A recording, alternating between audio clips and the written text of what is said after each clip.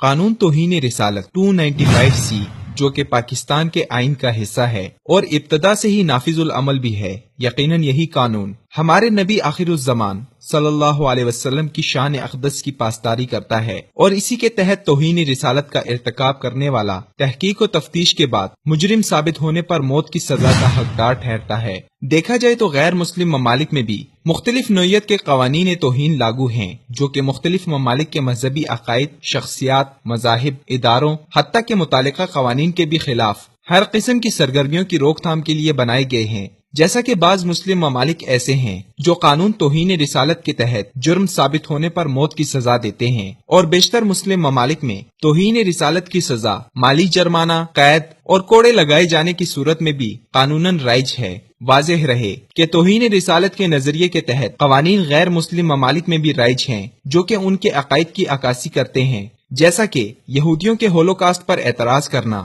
اسے غلط کہنا، چرچ کی بے حرمتی کرنا، مذہبی پیشوا یعنی پادریوں کی تذلیل کرنا وغیرہ کے سلسلے میں سزاؤں کے قوانین بحیثیت قوانین توہین ہمارے سامنے ہیں۔ یہی وجہ ہے کہ کوئی بھی ملک اپنے مذہب سے جڑے کسی بھی معاملے کے خلاف کوئی بھی بات برداشت نہیں کرتا ہے، اور ایسی توہین آمیز سرگرمیوں کی روک تھام کے لیے ہر ملک نے قوانین توہین مذہب اور توہین شخصیات و نظریات بنا رکھے ہیں، جبکہ اکثر ممالک میں ان قوانین پر عمل بھی ہو رہا ہے۔ اب یہاں سوال یہ ہے کہ پاکستان کے قانون توہین رسالت 295C کے خلاف ہر سال کوئی نہ کوئی بدبخت باطل قوتوں کے ایما پر پاکستانی اور مسلمان ہوتے ہوئے بھی اس قانون میں ترمیم کرنے والوں کا ساتھ دیتا نظر آتا ہے، اور ایسے پروپیگنڈے کا شریک کار بن جاتا ہے کہ قانون توہین رسالت کو ترمیم کے ذریعے ناکارہ بنا دیا جائے، جبکہ اس حقیقت سے کوئی انکار نہیں کر سکتا ہے کہ یہ قانون لوگوں کو ناکردہ جرم کی سزا سے بچانے کے لیے بھی ہے کہ کوئی بھی شخص قانون اپنے ہاتھ میں لے کر توہین رسالت کے ملزم کو قتل نہ کر سکے، اور صرف قانون اور انصاف کے ادارے ہی ملزم کو مجرم ثابت ہونے پر سزائے موت دے سکیں۔ بہرحال یہاں یہ بات ایک سوال کی صورت میں اکثر سننے میں آتی ہے کہ آیا توہین رسالت کے قانون کے تحت موت کی سزا واقعی جائز ہے یا غلط ہے،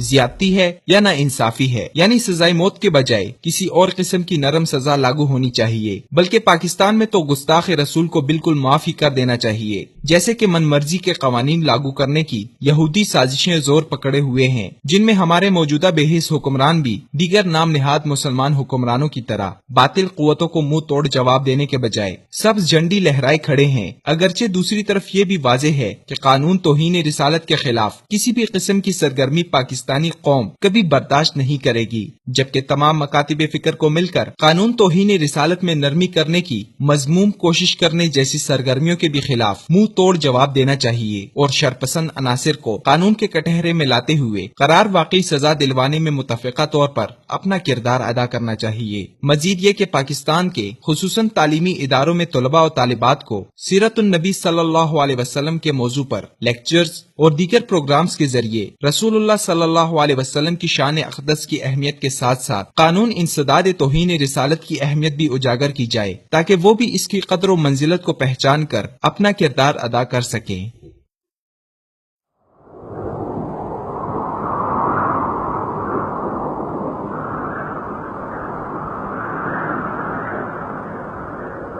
اخوت و محبت کا علم بردار